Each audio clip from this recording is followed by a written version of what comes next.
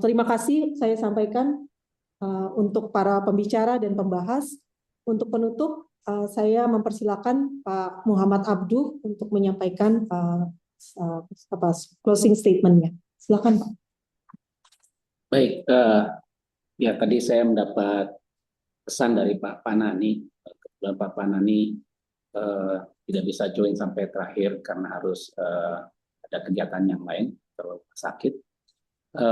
Bapak Ibu sekalian, saya senang sekali hari ini bisa melaksanakan kegiatan ini bersama-sama Bapak dan Ibu. Banyak sekali masukan-masukan dari tadi mulai awal Pak Panani sendiri sudah menyampaikan tentang visionnya seperti apa. Kemudian kami dari PB yang pernah berkunjung ke CIDB, kemudian ada Pak Kunjung ya, di lapangan langsung merasakan. Demikian juga tadi Pak Eri ya, dari sisi konsultannya, dan kemudian dilanjutkan dengan Pak Krisna yang tadi sudah menyampaikan terkait dengan konsep tata kelolanya, dan juga dari Pak Taufik ya, di mana Pak Taufik ini tentu tahu sekali ya apa yang terjadi di lapangan dan apa yang sudah coba diperbuat dan juga apa kendala-kendalanya yang menyebabkan dia bisa berjalan. Dan tentunya tadi tanggapan-tanggapan dari Pak Abdul Malik, saya pikir kenapa diundang ya karena memang perlu bergerak begitu ya, dan perlu melihat wawasan yang lebih luas lagi, yang lebih nasional. Karena memang tanpa ada wawasan itu, tanpa ada pergerakan yang nasional ya kita hanya di sini saja, kapasitas kita hanya bicarakan saja. Demikian juga dari Pak Kimron ya, yang tahu banget berkaitan dengan program-program yang sudah dilaksanakan.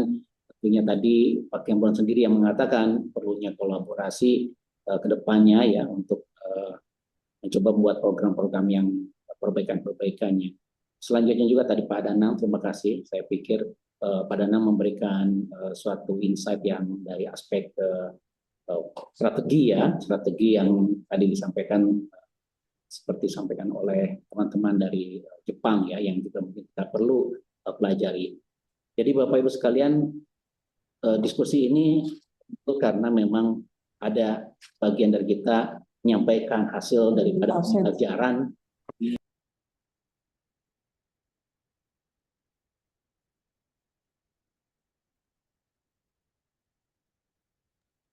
Pak Abdul termute, Pak, termute. Ya, ya. Sekarang sudah bisa? Bisa, Pak. Bisa. Oke. Oke. Jadi tadi Tike juga mengatakan, hanya sedikit saja. Sebenarnya Tike tahu banyak tentang CIDB, mana yang jalan, mana yang tidak. Jadi memang kita mempelajarinya juga memang pelajaran yang memang relevan dengan kita ya. Satu hal yang memang kita akui bahwa ada sebuah kolaborasi bersama, fokus ya, yang dilakukan oleh CIDB Malaysia dari hulu sampai hilir sehingga bisa dilakukan dengan baik, termasuk integrasinya dengan pendidikan. Dan saya pikir pembelajaran itu ya di mana-mana bisa terjadi, tapi salah satu yang sudah bisa kita lihat adalah dari Malaysia. Tadi Pak Abdul Sadat menawarkan ya, bagaimana kita melihat yang lain, wah dengan senang hati yang kita bisa lihat. Dan tentunya tidak semuanya bisa kita adopsi begitu saja, dan tentunya harus ada lanjut apa sebenarnya yang jadi isu. Tadi Pak Abdul Sadat sudah menyampaikan berkaitan dengan bagaimana delivery ya, proyek-proyek yang besar.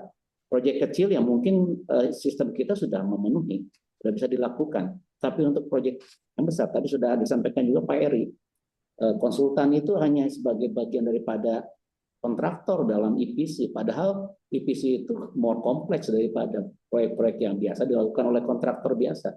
Kontraktor menjadi EPC itu karena bergabung dengan engineering-nya. Justru engineering-nya yang sangat harus ditekankan begitu ya. Dan disitulah yang pentingnya, dan biayanya tidak sama seperti biaya yang tidak kompleks. Dan hal tersebut harus bisa dipahami oleh siapa yang memiliki proyek. Nah ini balik lagi pada Pak Abdul Sadat tadi. Disampaikan siapa yang membayar itu. Yang membayar ya pasti yang punya proyeknya. Tanpa yang punya proyeknya ingin bayar itu, nggak mungkin itu terjadi. Artinya upaya kita untuk mengembangkan ini, ada semacam proyeknya yang besar, yang dimana di situ orang-orang konsumsi diapresiasi. Ini kata-kata yang berkali-kali saya tangkap dalam diskusi ini, dan ini sudah saya dengar di mana-mana. Konsumsi itu industri yang tidak diapresiasi dengan baik. Mengapa? Karena memang terlalu banyak masalah. Nah, masalah inilah yang justru harus kita hilangkan supaya konstruksi menjadi terapresiasi lagi. Ya.